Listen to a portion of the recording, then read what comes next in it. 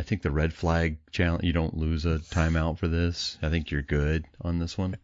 So it's not overturned, but we didn't lose a challenge. Welcome to Musing. Every once in a while, my brother George and I would have these conversations about music. Music is our passion, and it's a huge part of our lives, and we decided to share those conversations with you. So if you love music, sit back and enjoy this podcast.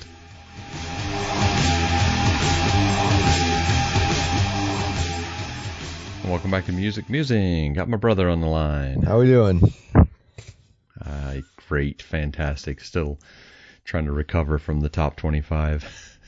Yeah, that's search. Would that be considered a podcast hangover? That's a really good way of putting it. Podcast hangover. I like that. Today we're going to do duets, right? Collaborations. I don't like the term duets. What? I thought we were doing Kenny Rogers and Dolly Parton. Well, that's on my list, but it's not. Oh, really? No. Hold on. So okay. No. Guess we need to step back and. No. I guess it's either like songs and or entire albums. Where kind of famous artists, not super groups, mind you, but just kind of collaborations where most of mine were just like songs. I had one example that was more of a where an artist did work on an album, so. Yeah, I think there's a thin line there too, because I casually mentioned duets, and I know that again that didn't fall on mine either, but there's areas where famous musicians have worked on other famous musicians' albums, and like you said, I don't know if I consider that collaboration, even though they are kind of working together. Yeah, not in a production type role. This is like actual. Played an instrument on and or sang with. Right. Exactly. Yes. So a lot of times it's a lot of solo artists grabbing another solo artist, which again, we don't want to dip too far into the supergroup realm, but I don't know. I think when we start talking about the ones we've found, it'll come clear real quick. Yeah. Go ahead. So you want to start or you want me to start? Well, my favorite one, I'll start with my favorite one. My favorite one has always been Eddie Van Halen playing on Beat It. Yes, perfect. By Michael Jackson. Perfect. Yeah, I would say that I had heard Beat It before I heard Van Halen, which sounds kind of weird for what my history is of music. Not really. Beat It came out in 83? I would venture to guess it was probably pretty early compared to well, again, it was my listening at the time. I wasn't really listening to rock music until later. And I had a lot of influence from our parents on, dance, disco, folk, a lot of that area that didn't really encompass hard rock. Right. So I probably heard Beat It first and thought, this is kind of cool. This is, a little bit different than his other stuff. And I think that's what kind of makes these songs, not just important for me or for us, but kind of important for the world, because they get to hear a singer or a musician have a different feel and sound to what they're doing. Absolutely. And listening to Beat It, I actually went back and listened to it again because that's still a great song. I'm not even ashamed to admit it. That's a great song. No, it is really. Michael Jackson is undeniable, obviously, as his influence. Right. But Van Eddie's guitar work on that song, and he did some other work on that album too. On that. Yeah.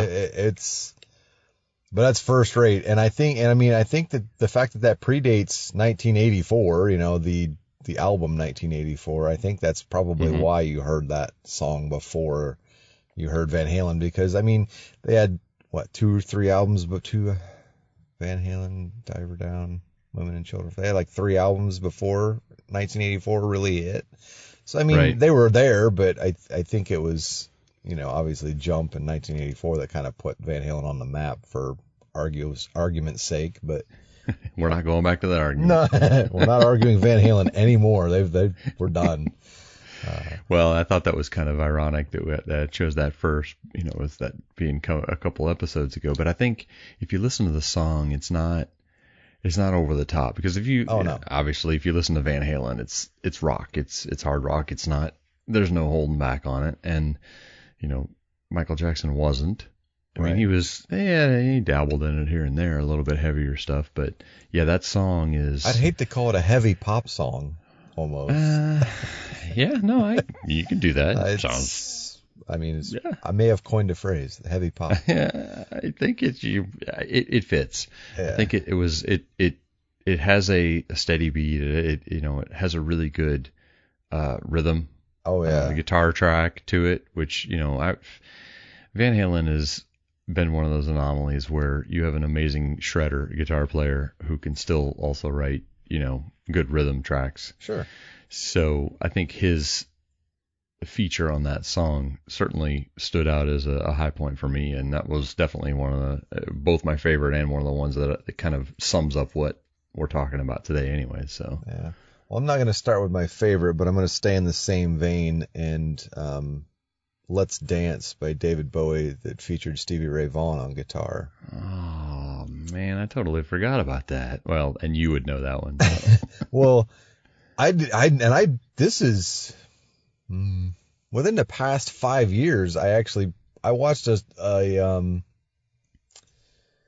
it was a special on TV about Stevie Ray Vaughan. I'm like, oh, wow. And it was one of those light bulb moments, literally, because I was like, I've heard that song 10,000 times at least.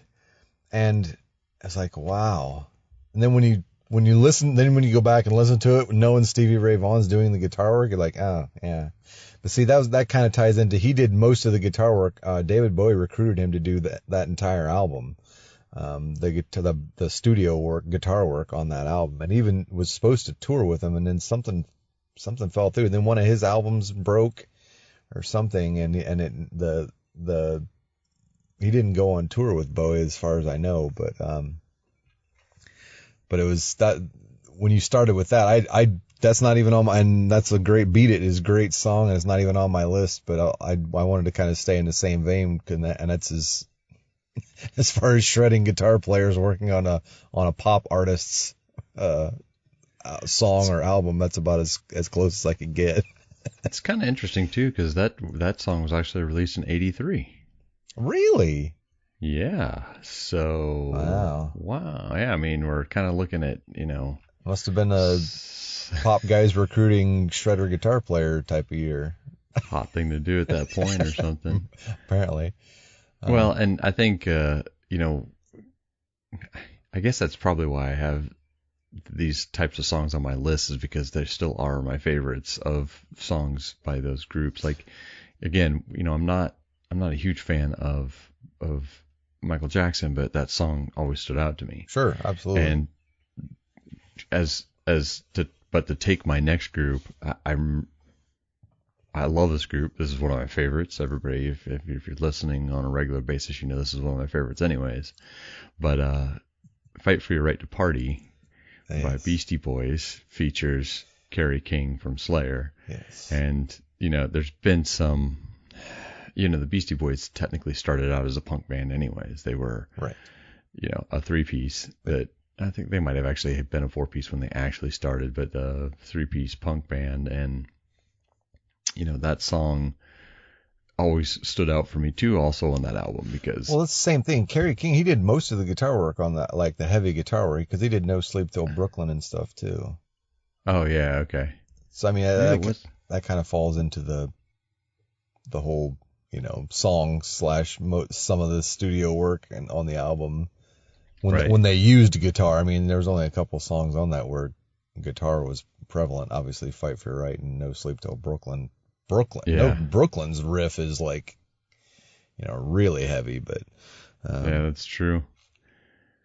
So did he actually do the guitar work on the other one? I'm almost positive he did most of the studio work. Kerry King did. On all of it? I think so. Yeah, I'll check. Anyways, but yeah, again, that song on that album stood out for me because of that. And yeah, actually, he only played on No Sleep Till Brooklyn. Interesting. What? Yeah. He didn't do Fight for Your Right? No. Come on, that can't be right. I'm digging I'd have deeper. to throw the red challenge flag. You know what? I guess I knew he played on Brooklyn, and I guess I just assumed it was, man. I'm looking. You did. Yeah, I don't see anything on it. All right, radio silence. The hosts are stunned. Wow. I'm gonna move on quickly because our lack of knowledge is exposed. There's a chink in the armor. I swear I saw him in the video too. Man. Well, I'll stay in the same kind of one of my favorite bands, and one of their oddities is Bring the Noise by Anthrax and Public Enemy. Public Enemy working with Anthrax for Bring the Noise. Anthrax had dabbled in, I should say, rap years prior, 4 or 5 years prior with I'm the Man, but that was just them doing rap. This collaboration was unfortunately one of their biggest well-known hits from, I think, early 1991 maybe. And I'm not even a little bit a fan of the song, but it's very relevant because without trying to touch any other collaborations before we get through our list, that was a big deal. To have, a thrash metal band and a really, really outspoken hip hop rap ensemble artist. I don't know if you call them a group. But it worked. The song actually worked, and it got a lot of radio play on a lot of radio stations. It got, hip hop stations, it got rock stations, it was one of the few, and I know there's the obvious one's probably on both of our list from years prior, but it was, again, I'm not a huge fan of the song, but it was a big collaboration in a time where, metal and hip hop weren't in sync, for lack of a better tie-in. Yeah. So, but yeah. What else you got? Are you still trying to research Kerry King? I am. Not to take away from what you said, because it's also interesting because you tied that in with Anthrax being kind of close to it, and if you also, I didn't want to dabble in this because I wanted to stay away from producers, but obviously the name Rick Rubin is going to come up quite a bit when you talk about that, both that era and the type of music we're talking about. Yep.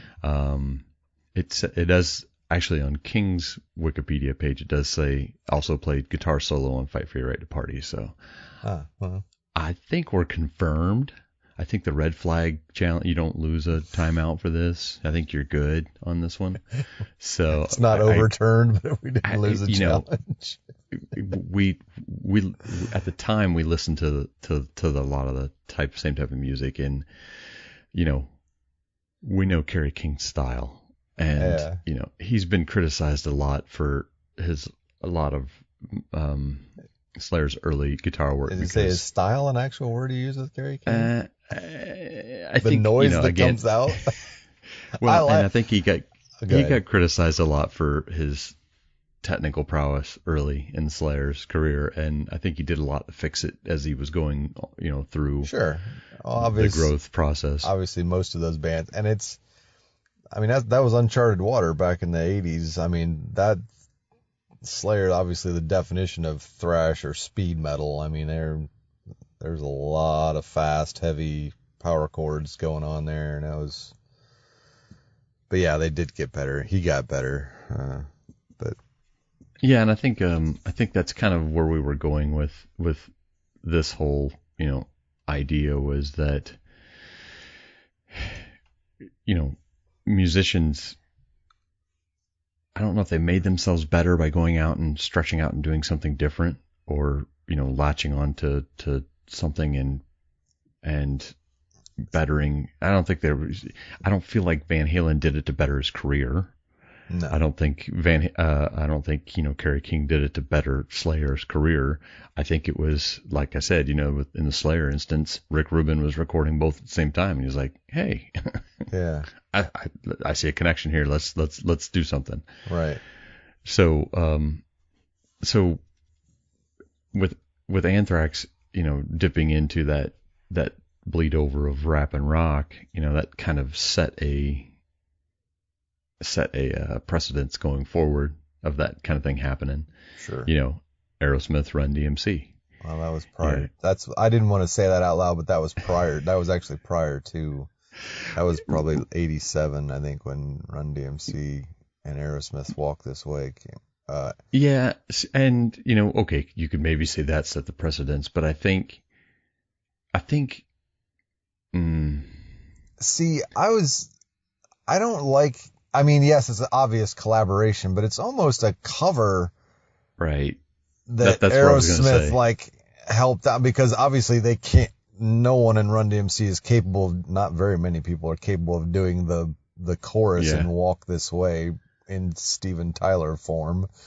So I think that's an odd duck to me. I left that off my list. It's an obvious collaboration, Run DMC and Aerosmith Walk This Way. But I think you're right. I think it was just basically enhancing a song that was already made. I think this was more around what two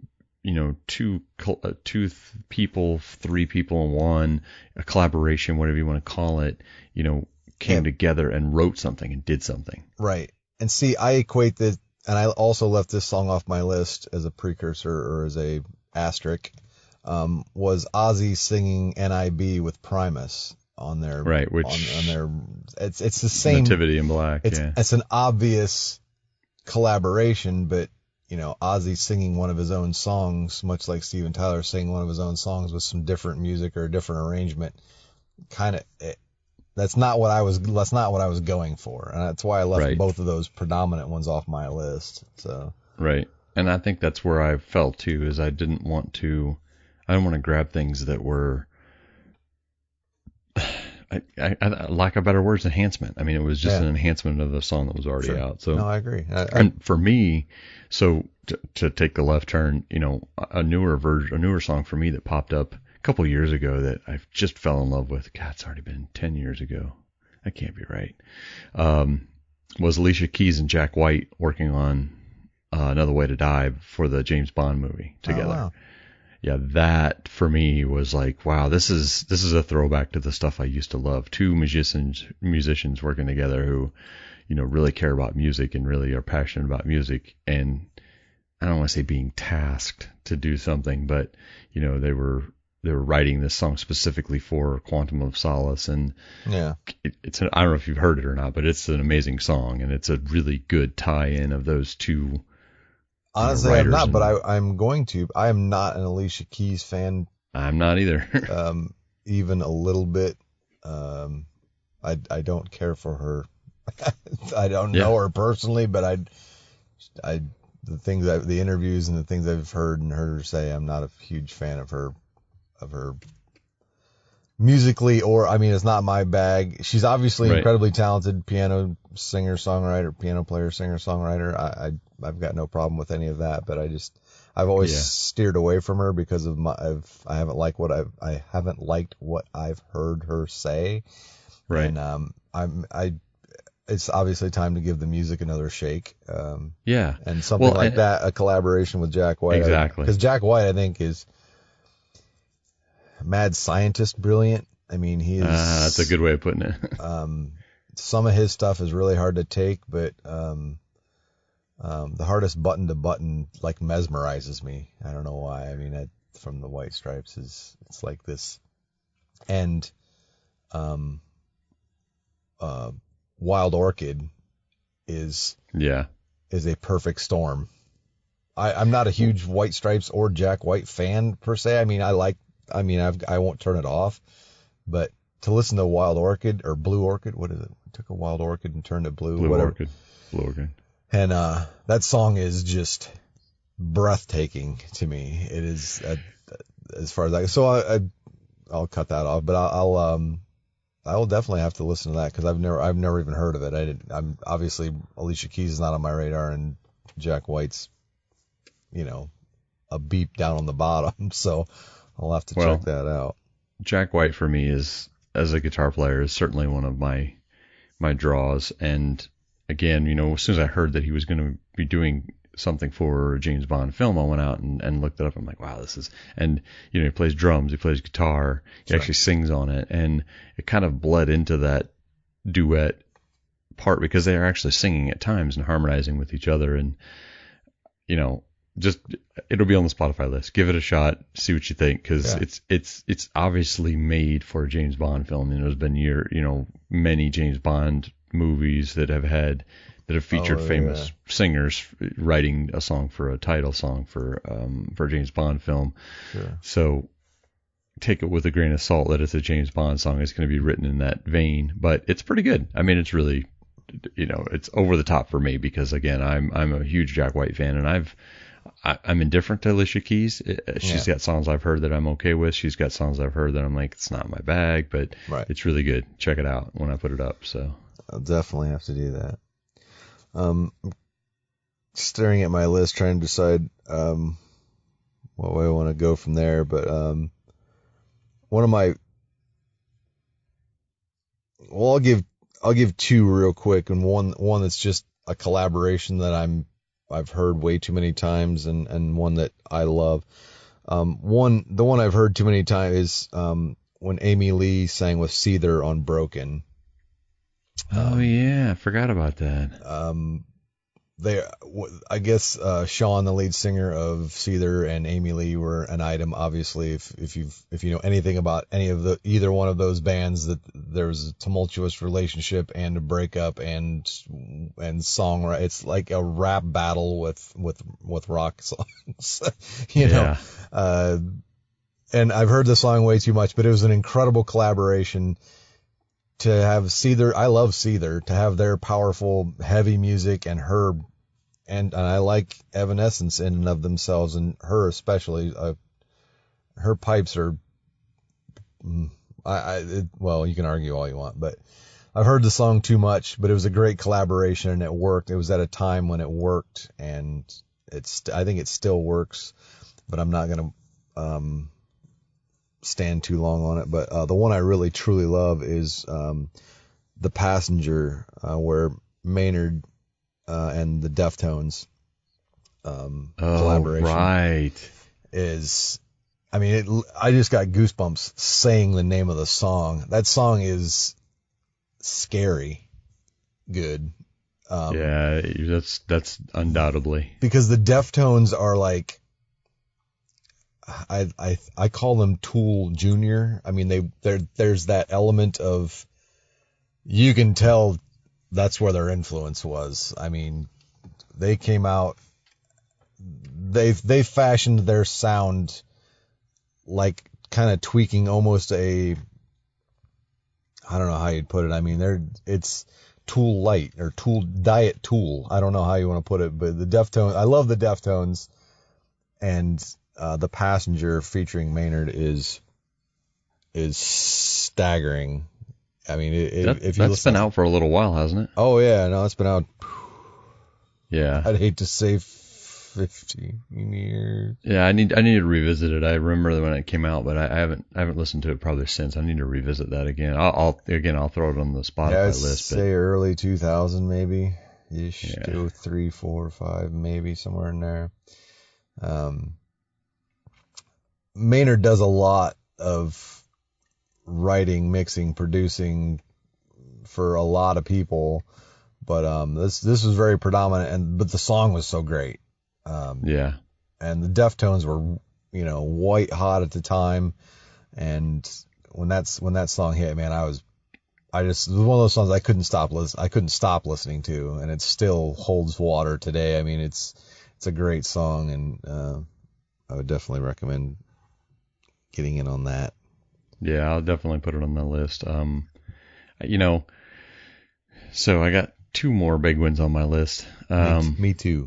And I'll set up one of them. Might be on yours already, anyways. But I'm waiting for it. But go ahead. With a certain movie coming out recently, I definitely wanted to hit Under Pressure with Queen and David Bowie. Yeah. Because I don't think of any of the collaborations that we've either talked about or gonna talk about has had as much hit or radio play as that song itself. Maybe the Run DMC Aerosmith crossover, but no, that song they still play Under Pressure, and your boy Robbie Van Winkle there, otherwise known as Vanilla Ice, kind of made it impossible not to hear it. Yeah. Once you stole the bass line. Are we even going to give him radio play at this point? I mean, you know what? He did. I mean, that's the song he ripped off, and you can't hear one without the other. That note is mine. That note right there is mine. That little bitty ting. Yeah, no. You can't I'm sorry, but I hear one, I hear the other. Either one plays, I hear the other one. So. Unfortunately, but no, I think it's an undeniable collaboration. It is. It was huge, and I think it was. I don't want to say accidental, but it was, one of those things that I think they got together to see what would happen. Yeah. And it turned into an amazing song that featured 2 amazing vocalists and, a band that was really up on, coming up quite a bit. Yeah. Because at that point, 81. I was just saying, Queen, 77, 79 when they kind of broke? When they started, and that song came out in 81, so. Yeah, I mean, it was still early, but David Bowie, 77 or something when Iggy started. I think he was early. Yeah, but I mean, he was big in the late 70s. Yeah, good point, yeah. I mean, yeah, Ziggy I think for those Stardust two to come together. Yeah, that was kind of a huge thing. I'm not going to give him. I have one that's my favorite that I'm going to save till last. But so I assume that was a crossover then. What? David Bowie with Queen. Oh, was that on your list? No, actually, it wasn't because. Oh, interesting. I mean, I don't want to say I guess there's so many. Not so many. I found a lot of them. There, Aerosmith, Run DMC. I found a lot of them that I didn't want to put on my list because I think this podcast is designed for people that love music. So if there's some fresh or some new or something different that you haven't heard, a la Jack White, Alicia Keys, or, Maynard and Deftones, I think I wanted to dig a little deeper. I didn't want to wipe the surface dust off and, oh yeah, there's Run DMC and Aerosmith. So I did shy away from obviously, if you type in rock or collaborations, the first one that comes up is Queen and David Bowie. Yeah. Undeniable, great song. Love both artists. I mean, Queen is hit or miss with me, but I'm a huge David Bowie fan. I mean, always have been. Smartest guy in rock and roll. I've always said that. I mean, he actually sold stock in himself, and people actually bought it. So that brings up the question: do we consider the David Bowie Rolling Stones crossover? Is that? No, that's a cover. We're not even going to bring that up. I'm moving. Oh, that's right. It was a cover too. Yeah. Okay. We're not talking about that. We're not talking about Dancing in the Streets. No. Okay. So. But I am going to ruin your day when I say Close My Eyes Forever by Lita Ford and Ozzy Osbourne. I knew that was coming sooner or later. See, I was saving You could have parting shotted me on that one. Dang it. It's undeniable. Lita Ford in the height of her glory, probably 87. What, the 2 years? Yeah. 10 minutes, you said? 2 minutes? Hey, I was a big Lita Ford fan. So was I. I mean, any boy that was, or young man in that era, mid-late 80s, I mean, you got tired of looking at Bret Michaels with the pretty hair, and Lita Ford was an actual chick that could shred on guitar, so. But I will say that as much as I'm going to give you grief, that That's song a great was, song. Yeah, I listened to it actually a pretty good last song. night. Ozzy, I think it was during like those 12 minutes in the 80s, he was sober. Right. I think it's a think great performance by both. Right, exactly. So I was just going to say, I think it was two people that were actually at, like you said, at the pinnacle of their career. I think, obviously Ozzy had a really good career with Sabbath, but his solo career was hot right then. It was at the top, and to put those two together, and I thought it was a great song. To listen to the song, it was well written. It's arranged perfectly, and as far as mid-late 80s power ballads, I think that gets swept aside way too quickly in a lot of this stuff. Because it's a great song, and it still pulls weight. Today I listened to it last night. Like I said, I listened to it last night, and I was like, you know what? That's still a pretty good song. As far as what was out at the time, that stacks up against probably 90% of the power ballads out at that time. Yeah, I would say. I agree. Still. So I think I've got one more that is more of a, I guess these are all kind of just single songs, but yeah. So there was a performance at one of the Grammys or Emmys, one of the two, where CeeLo from and what was the band he was with? Was it actually a band? CeeLo Green? Was he in something? No, I think it was just Crazy was the song. It was a solo hit. Oh, by with him, Gnarls Barkley. Gnarls Barkley, there you go. Yeah. So CeeLo sang, and it's a cover, but you got to allow it, because I don't know if you've ever seen the performance, but he sang on Little Nicky with Foo Fighters playing. Yeah. And that's totally a collaboration. But but it's still a cover, so. Yeah, but see, that works because it's not like Run DMC doing Walk This Way.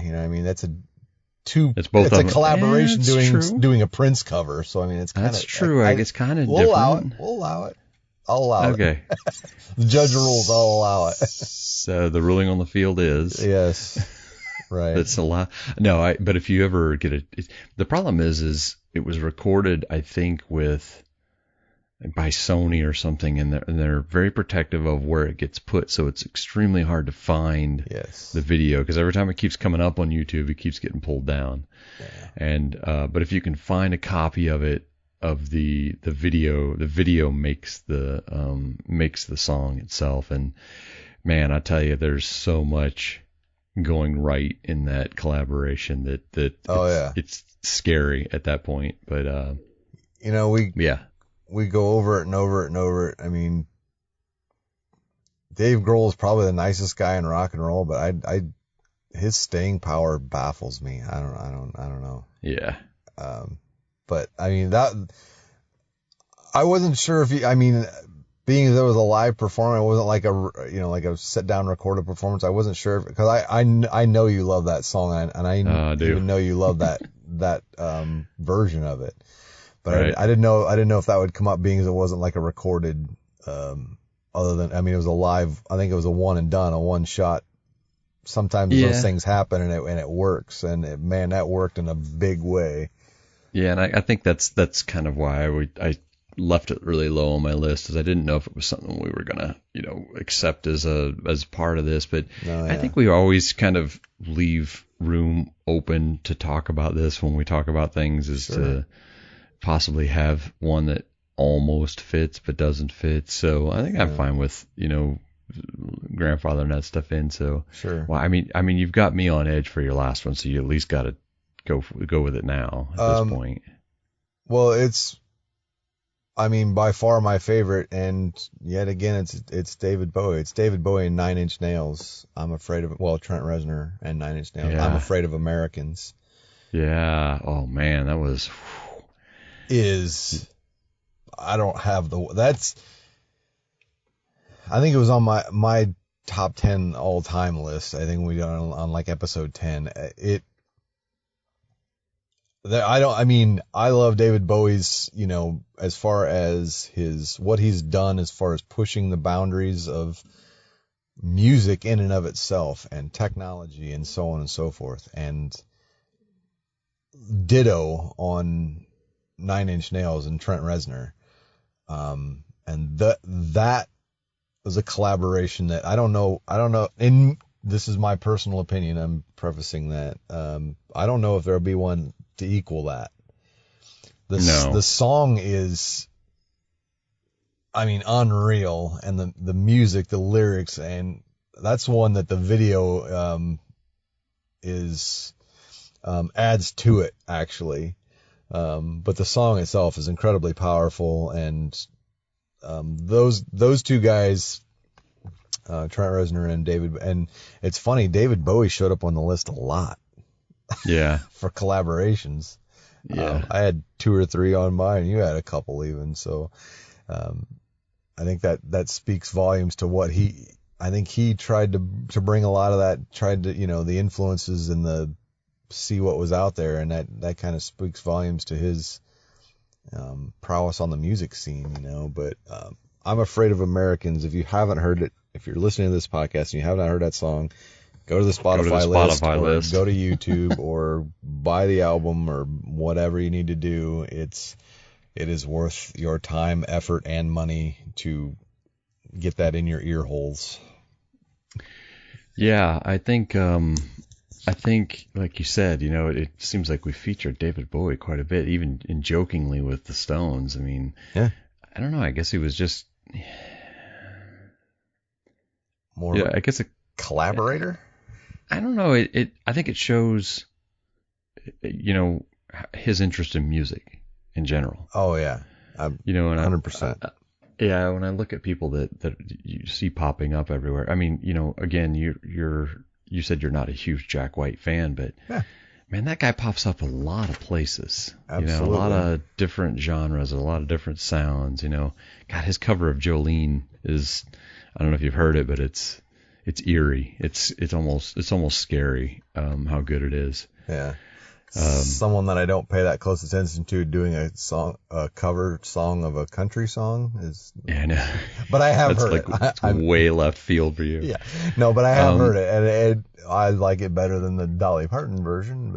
So speaking of way left field, I'm going to give you, unfortunately, a guilty pleasure, and I actually listen to this song. I don't want to say regularly. It comes up on a semi-regular basis for me, musically. But so, Tom Petty and Stevie Nicks did a song called "Stop Dragging My Heart Around." Right. That that's as much as a collaboration as any. I know, but to listen back to it, it's a lot closer to duet than it is collaboration. You're talking about 2 solo artists at the time, because I think Nicks was actually out of Fleetwood Mac at the time, so she was more focused on her solo career. So it feels more like the realm of a duet. Yeah. But that song still just sticks with me. For some reason, I don't know why. It's 81, around the same time as all these other ones. Maybe it's because I was just attracted to that mix of sounds. I think maybe in the early 80s, there were a lot of these artists, bands, whatever, they were looking to push each other. And I think they were probably, if we did a little more research, most of them were probably label mates or things of that nature, or, where they're, hey man, let's, the producers or the powers that be, the suits were like, hey, why don't you go sing on, because there were 2 that I had like in my back pocket that were sort of, I guess, collaborations, but they were more or less just backup singers. Michael Jackson was one of yours. He sang backup on Rockwell's "Somebody's Watching Me." That's so strange. That song actually came up the other day in conversation. I'm not sure with who, but yeah. And Sting sang backup on "Money for Nothing" for Dire Straits. I did not know that. Yeah. Are you serious? Yeah. That can't be right. I Want My MTV. That's Sting on Dire Straits. So I don't know if that's the beginning of the song. Yeah. Oh yeah. And Can I throw the red flag on this? Because I don't believe you. They were actually recording I think Dire Straits was using his studio or something to record, and they asked him if he wanted to do the backing vocals, and he did. So I don't know if that's considered a collaboration. I had that one. I had the Rockwell song and the Dire Straits song in my back pocket. If they're just singing backup, does that really count as collaboration? But oh my gosh, Sting was on it. What? Are you serious? Oh yeah, dude. You didn't know that? Come on. I lose the timeout on that one. Well, I mean, I don't know. I never considered them collaboration. I was like, oh, that's cool. Them guys, they help, But again, Money for Nothing was probably in there 84, 5, somewhere, right? 85? 6? 85, yeah. So, I mean, obviously Sting and the Police, height of their career, mid 80s. Dire Straits had been around since late 70s. And kind of switching into the MTV era, and for lack of a better pun or tie-in. Yeah. So, no, I mean, that was the height of what, when people were watching music for a change. Yes. So, I mean, for him to sing backup without, obviously if you've seen the video for Money for Nothing, it's, cartoonish or robotic or whatever. Right. Whatever you want to put. And, I just always thought those two factoids were funny. I guess I never considered them collaborations, but singing backup vocals, does that count as a collaboration? It does. I mean, if you think of Beat It, basically all Eddie Van Halen did was use his tool and played guitar. Sure. I mean, if your tool is your voice, I mean, I get it. Exactly. Yeah. So yeah. I think it certainly fits in, and I was shocked. I did not know that. So. Oh yeah. I will say that, we've kind of had a couple episodes that were, we had a bleed over with Pete Pardo for another episode, and we had the top 25, and I kind of drifted away from the parting shot. So did you have anything else on your list before I throw the parting shot at you? Actually, no, that was okay. Pretty much all I had. Because I'm gonna do one of those things that makes you both happy and mad at the same time. Because that's what parting shots are really supposed to do. Is it close my eyes forever? Because I already did that one. Dang it, man. Okay, we're done here then.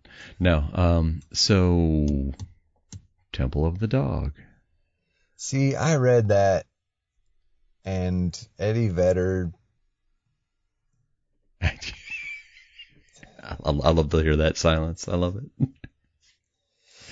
Shouldn't have been on that album. Oh, I know. I'm sorry. Was that me clipping something in from another podcast? Because I've heard. No, I mean, we considered them a supergroup. Right. But I read the research too, and he basically was. I mean, it was basically Soundgarden with Eddie Vedder. I mean, Temple of the Dog. I mean, but it was a couple of band members from Pearl Jam was in that too, right? Only in a couple songs. So see, maybe we mislabeled them as a supergroup then. That's where this conversation.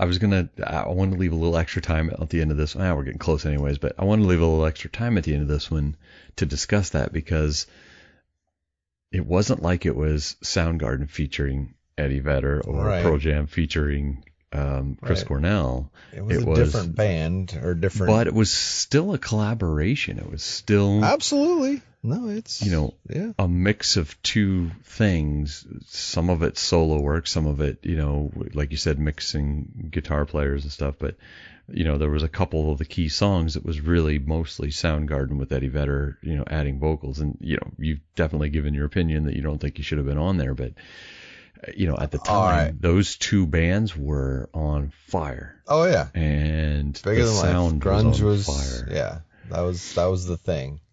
But I think that seems to be the tie-in factor with all this. Even if you look at the White Stripes, Alicia Keys, that was 2008, and Alicia Keys was extremely hot right then. Yep. The White Stripes were coming up in their sound anyways. Yep. So to put two people that were kind of on the top of their game together, it just seems like that's what this did. That's what this was. That's what this whole episode was about.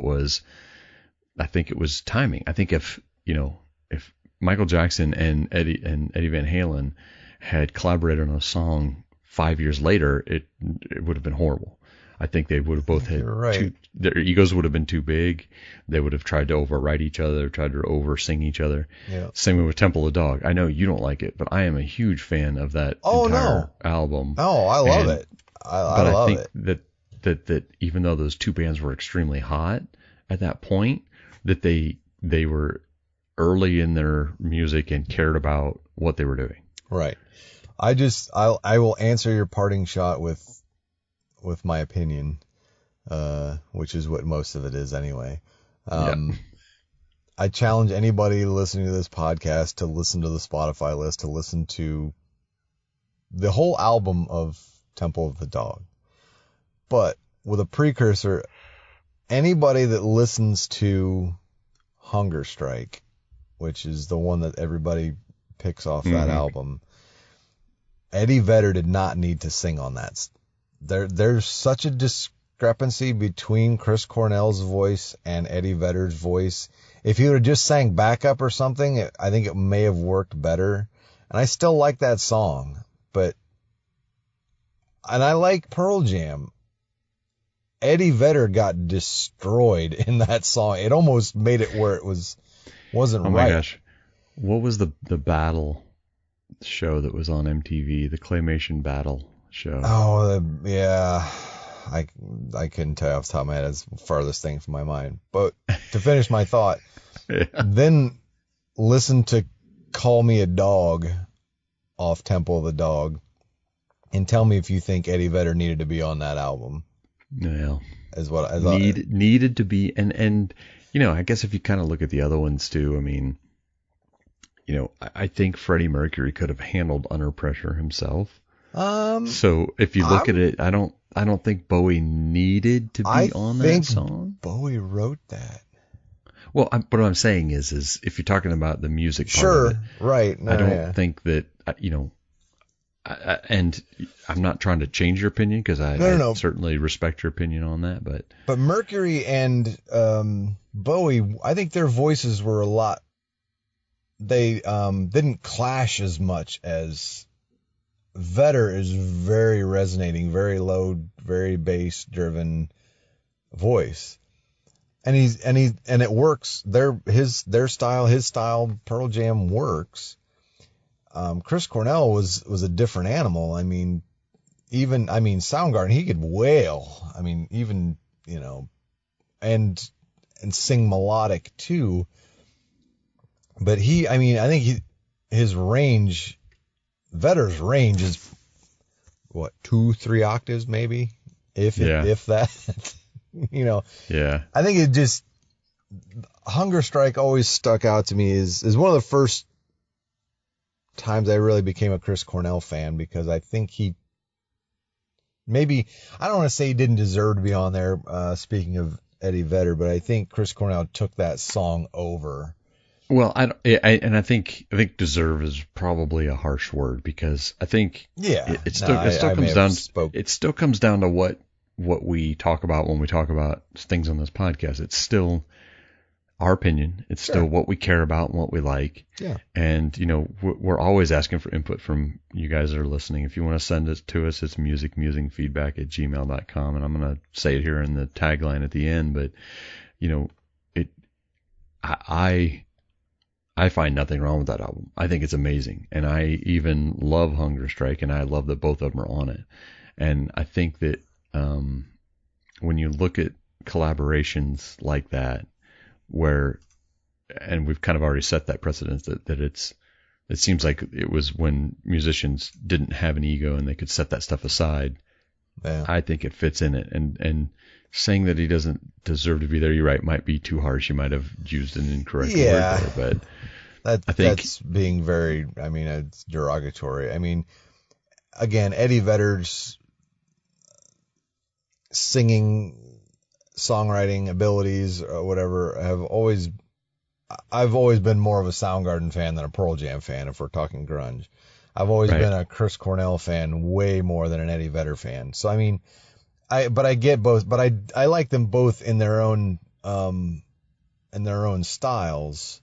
Hunger Strike always stood out to me as there was such a discrepancy in the vocals. Yeah.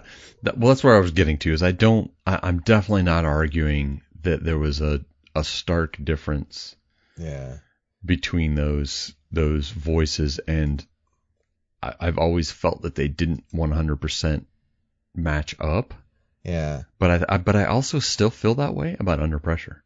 I still feel that I don't think those, you mentioned before you thought they were kind of close. I don't. I think that Bowie and Queen and Freddie Mercury's voice. Oh, yeah, there's definitely again, Bowie was Eddie Vedder and Freddie Mercury is Chris Cornell. I mean, you can make a direct line. There's no argument there either.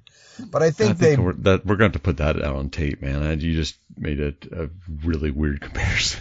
Well, seriously, if you're comparing those two songs and those four singers, I mean, a direct comparison. I mean, it's an easy pick. I mean, I always, David Bowie sounds like Chris Cornell. No, I mean, David Bowie's range was much like Eddie Vedder's, and Freddie Mercury's was as much as or more than Chris Cornell's.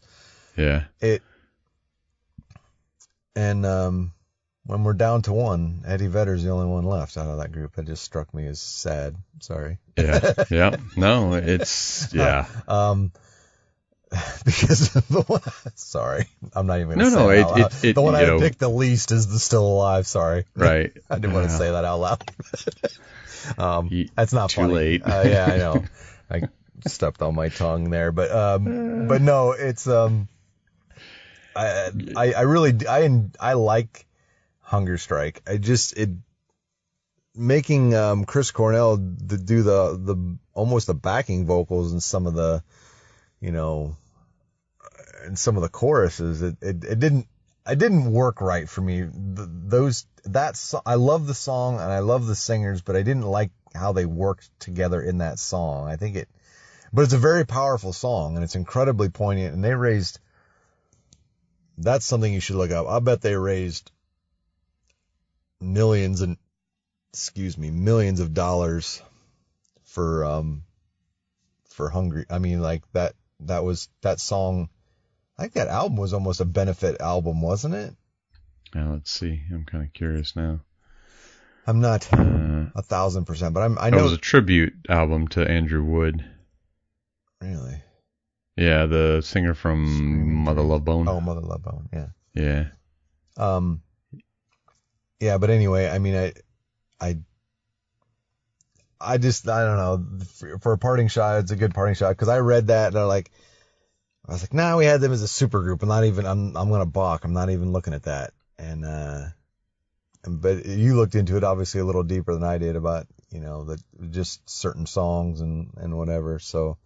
Yeah, I've always been attracted to, that idea of pulling a couple parts from groups and putting together in another group. And again, we called that super groups, but I think that one was a little bit different. I think honestly they could have, like I said, they could have done it as Soundgarden and had Eddie Vedder featured on 2 or 3 songs, and I wouldn't have thought any different about it, to be honest with you. Yeah. Well, I think they're obviously all in the same scene from the same area. So, I think it was just like, hey, man, let's get together and jam, for Fallen Comrade or whatever, and type of thing. So, it worked, obviously. The album. Actually, it's kind of funny. I'm looking at Temple of the Dog personnel, and it's actually opposite. So. Really? Jeff Ament, Matt Cameron, Chris Cornell, Stone Gossard, and Mike McCready. That's all Pearl Jam. Yeah. With Chris Cornell, and then it says guest Eddie Vedder, backing vocals on track 4, 8, and 9, co-lead vocals on track 3. So it was more the other way around. It was Pearl Jam with Chris Cornell. That seems weird. See, my whole world is crumbling right now. Mine too. I can't deal with this. Hey, we dogs still and had cats living together. We still had Fight for Your Right to Party. We were right on that one. Sort of.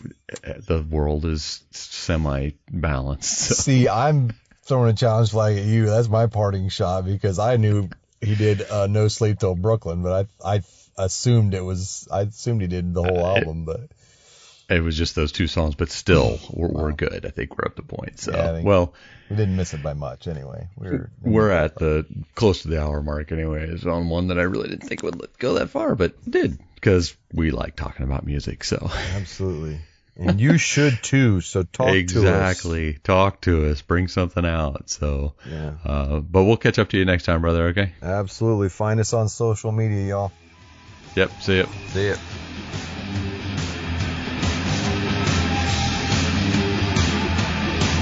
We want to talk to you about music, so reach out to us at musicmusingfeedback@gmail.com. You can also find us on most social media sites by searching Music Musing or George or Craig Seibert, Sybert. And you can also find us on Twitter as musicmusing_ as well. Thank you for listening to this Music Musing podcast.